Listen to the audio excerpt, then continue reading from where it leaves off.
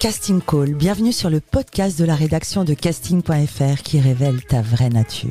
Ici, on va parler casting, témoignages exclusifs, des rencontres avec des professionnels, les clés et les secrets pour devenir un artiste et surtout, en vivre. Casting Call, c'est ton nouveau coach audio qui te permet de poser ton premier pas sur ton chemin de l'éveil et de la réussite. Ose enfin devenir celui dont tu rêves. Matteo Capelli, bonjour. Hello, good morning Soledad. Et bienvenue dans le podcast Casting Story. Le slogan de ce podcast est « Ose enfin devenir celui dont tu rêves ». Est-ce que tu as toujours voulu être acteur ? C'est un excellent slogan. Aussi loin que je me souvienne, oui. J'ai toujours voulu interpréter des personnages, interpréter des métiers, interpréter des émotions.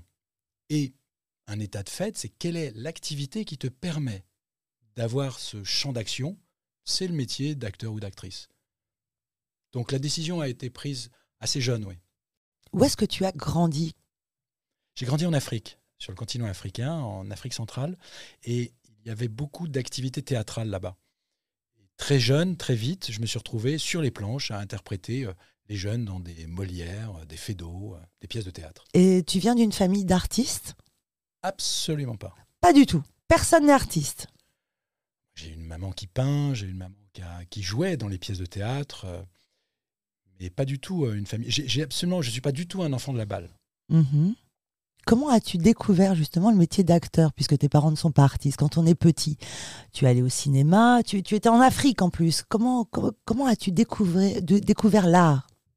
Alors, j'étais effectivement en Afrique. À cette époque-là, il n'y avait pas de cinoche là-bas, il n'y avait pas de télévision, donc j'ai découvert l'art à travers le théâtre. Et c'est surtout j'ai découvert cette possibilité de se mettre dans la peau d'un autre personnage que celui que j'étais. Mm-hmm. Cette possibilité de balancer une réplique et faire rire un auditoire. Cette possibilité de créer le silence dans une salle de spectacle parce qu'on va écouter les 3 phrases que tu as à dire.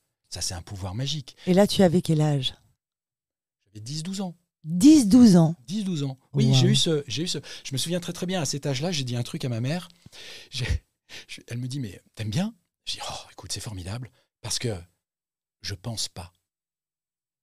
Mm-hmm. Et tout d'un coup, je me suis rendu compte de ça. Quand j'étais sur le plateau, quand j'étais sur scène, je ne pensais pas. Surtout à cet âge-là. Est-ce que je suis bien ? Est-ce que je suis bien coiffé ? Est-ce que ce que je dis, c'est intéressant ou pas ? Non, tout d'un coup, je ne pensais pas. Et c'est une des choses magiques du métier d'acteur, d'actrice. C'est tout d'un coup, on est là. Et on va chercher les émotions. C'est pour ça que parfois un cours de théâtre, ça vaut mieux qu'un psy, je le pense. C'est probable. Et alors, quand est-ce que tu es venu à Paris, en France ? Je suis monté en France pour passer le bac, parce que là-bas, je ne faisais pas grand-chose. J'ai passé le bac. Je n'ai jamais vraiment lâché mon envie d'être comédien, mais j'ai fait des études de standard, j'ai eu un BTS. Et après, je me suis dit, OK, c'est le moment. Donc, je suis monté à Paris. Ok. Je suis monté à Paris en me disant, ça y est, on va m'attendre, c'est moi, voilà. Et C'est sûr de toi. Donc, confiance en soi, ego, là, on était bien. quand on a 19-20 ans, voilà, j'étais En tout cas, avec l'envie et la passion. J'avais l'envie, j'avais la passion, je jouais toujours au théâtre, j'avais du succès dans le 91 quand on jouait entre copains au théâtre. J'étais beau gosse, je suis monté à Paris. Tu l'es encore. Merci. on attendait que moi. Pour moi, on attendait que moi. C'était fait. Ma grand-mère me disait que j'étais un comédien né, ce genre de choses. Donc ça y est, c'était fait. La carrière était toute tracée. Je me suis pris des gros murs. Alors attends, comment t'as démarré ? Qu'est-ce que t'as fait ? En arrivant à Paris, tu veux devenir comédien, alors qu'est-ce que tu fais ? Mais c'est là le problème. C'est qu'à l'époque, je ne savais pas quoi faire. J'étais formé comme comédien, en tout cas à moitié formé, mais je ne savais pas où aller, je ne savais Tu pas n'avais quoi faire. pas un contact, tu ne connaissais rien dans le milieu. J'avais pas un cousin, j'avais pas rien. Que dalle. Alors raconte. Eh bien, il s'est rien passé. C'est-à-dire que je ne savais pas ce que c'était qu'une photo d'acteur, je ne savais pas ce que c'était. C'est tout juste si je savais ce que c'était que le Festival de Cannes. Mm-hmm. Donc, où aller, quoi faire ?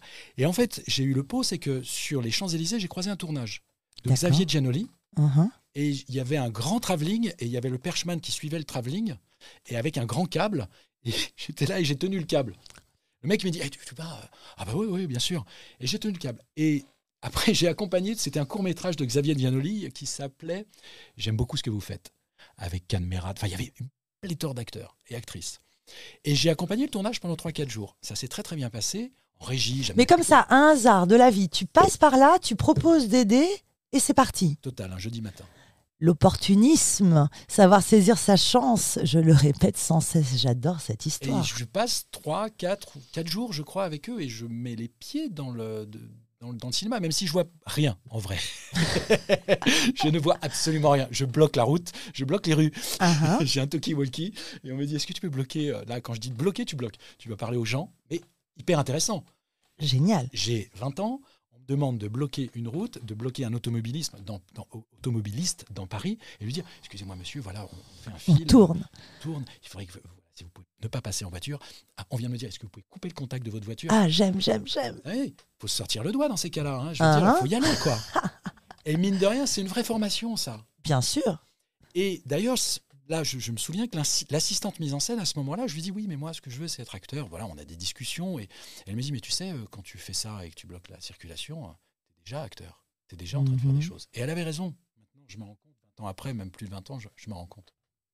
Et alors, je commence à bosser dans le cinéma, à amener le café, à faire de la régie. Et je suis le chauffeur de Nathalie Baye. D'accord. Sur un film de Jeanne Alors, Marguerite. non, mais raconte-nous bien. De là, comment tu deviens le chauffeur de Nathalie Baye? Eh ben, cette assistante m'aime beaucoup.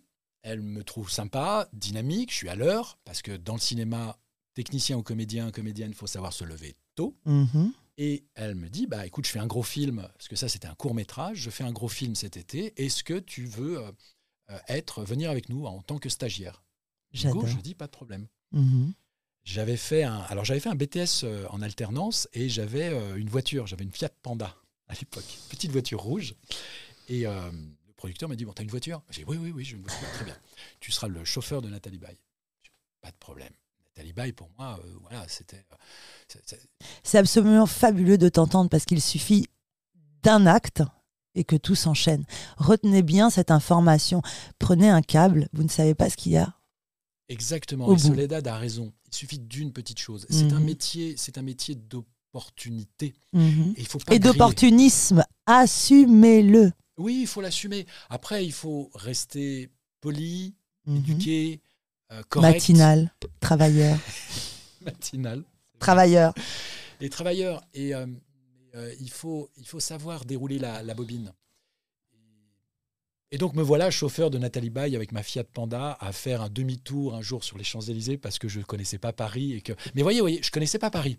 Et à l'époque, il n'y avait pas les Waze et ce genre de trucs. Mhm. Et ben, la veille, le premier jour de tournage, j'avais pris une carte de Paris et j'avais fait tout l'itinéraire de son domicile jusqu'au lieu de tournage avec un stabilo pour pas me tromper, pour vraiment arriver à l'heure, avec Nathalie Baye à côté de moi. Vous voyez l'idée, quoi. Ouais. C'est comme si vous aviez Marion Cotillard pour l'époque. Et elle va me parler, va pas me parler. Il est 5h45 du matin. Voilà, c'est un peu et je suis Le arrivé à travail l'heure. toujours, enquêter, comprendre, se donner les moyens. Donc j'ai Nathalie Baye qui me motive. Au bout on a tourné ensemble, ce film durait 9 semaines et j'étais stagiaire pendant 9 semaines.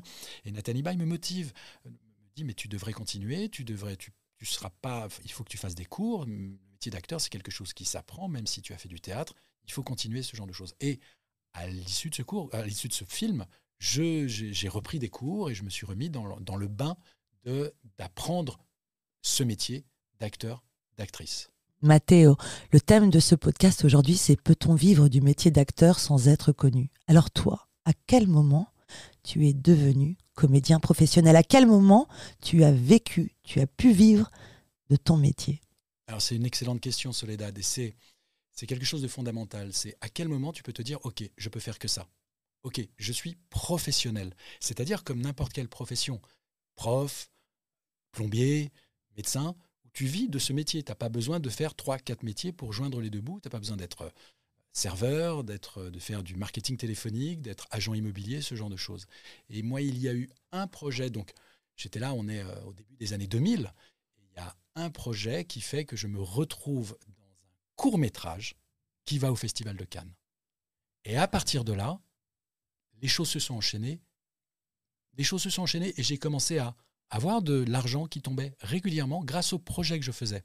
Et qui dit argent qui tombe régulièrement, dit que tout d'un coup, tu peux manger grâce à ce métier. Tu peux remplir ton frigo, tu vas payer des impôts grâce à ce métier. Moi, je suis très fier quand je remplis une feuille d'impôt, une feuille d'état civil ou ce genre de choses. Métier, activité professionnelle. eh ben, je mets comédien. Ça m'intéresse, Mathéo. D'ailleurs, combien gagne un comédien?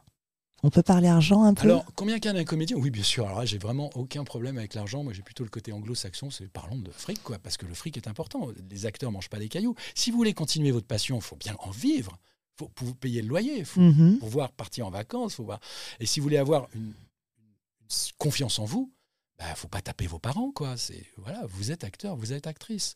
Un comédien, alors en France, on a des minimums syndicaux que je connais plus ou moins à quelques centaines d'euros près. Je sais que le minimum syndical pour un acteur ou une actrice au cinéma, c'est 400 ou 420 euros par jour. À la télé, c'est 280 par jour. Et ensuite, il y a la publicité. La publicité, on peut être entre 300 et 1200 euros par jour. La publicité, en plus de ça, vous avez des droits d'image. Ça, on pourrait le développer ici, mais c'est quelque chose d'assez intéressant et important à comprendre. Donc, un comédien, une comédienne, sans être une star, peut vivre de ce métier. Mais véritablement, on a toujours l'idée de, voilà, quand vous dites à quelqu'un, voilà, je suis comédien, je suis comédienne, il va te regarder parfois avec un drôle d'air, on dit, mais je ne te connais pas, je t'ai jamais vu, je t'ai pas vu au Festival de Cannes ou au César ou ce genre de choses. Oui, mais on a 20, 30 têtes connues en France.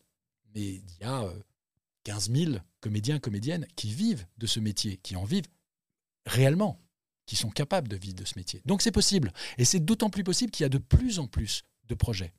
Avec les plateformes, l'Internet, il y a énormément de rôles à pourvoir. Il y a des castings, il y a plus de castings qu'avant.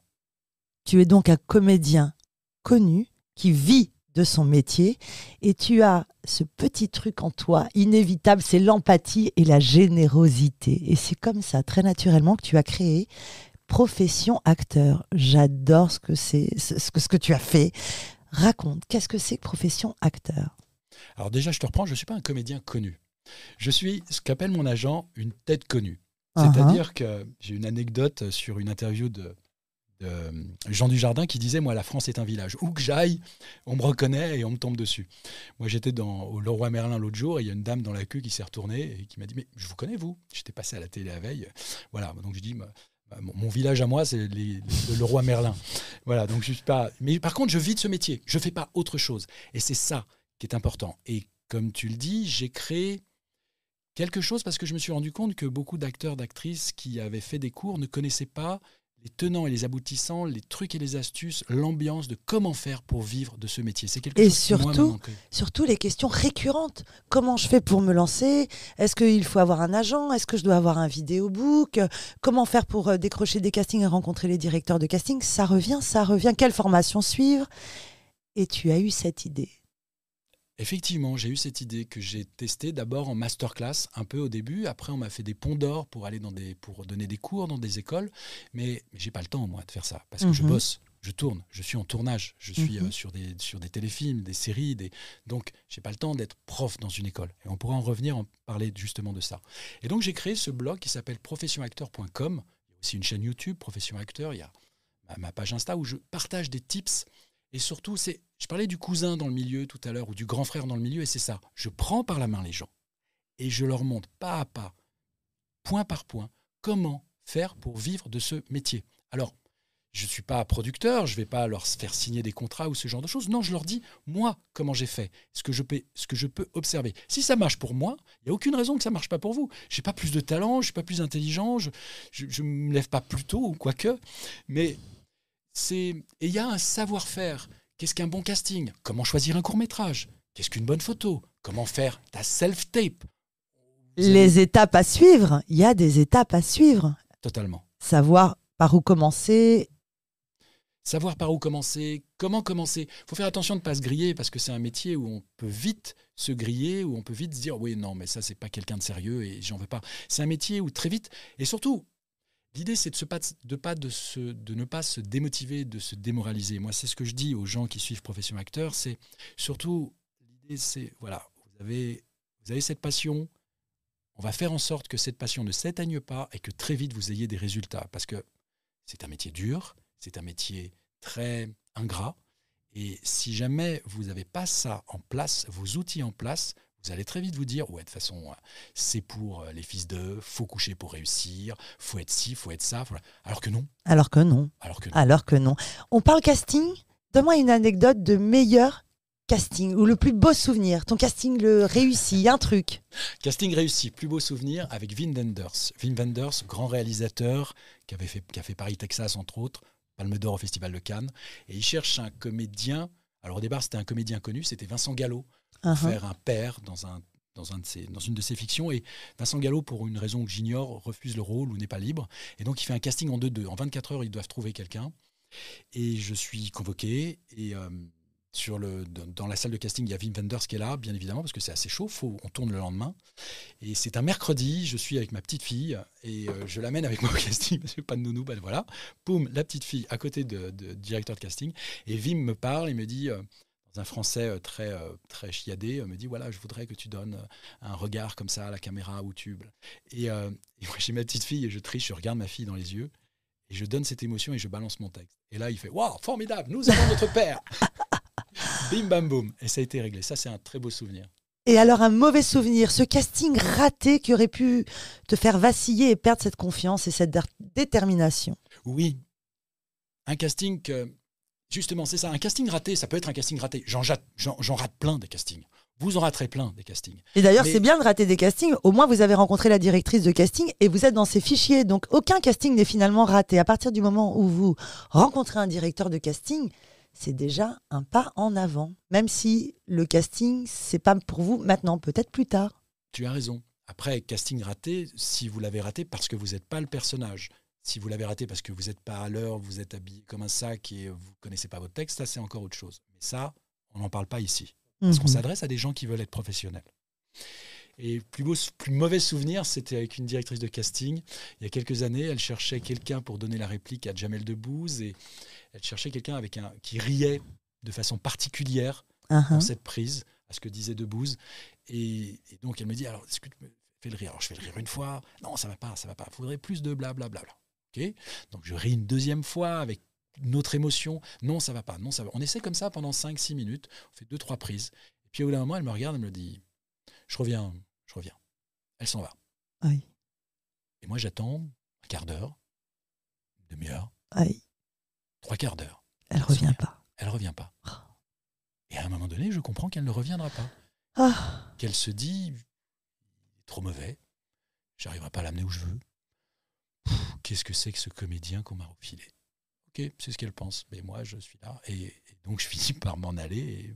Et alors, comment, à ce moment-là, est-ce que ça a été un moment où tu aurais pu décider d'arrêter? Est-ce que ta confiance en toi, elle a été touchée, abîmée?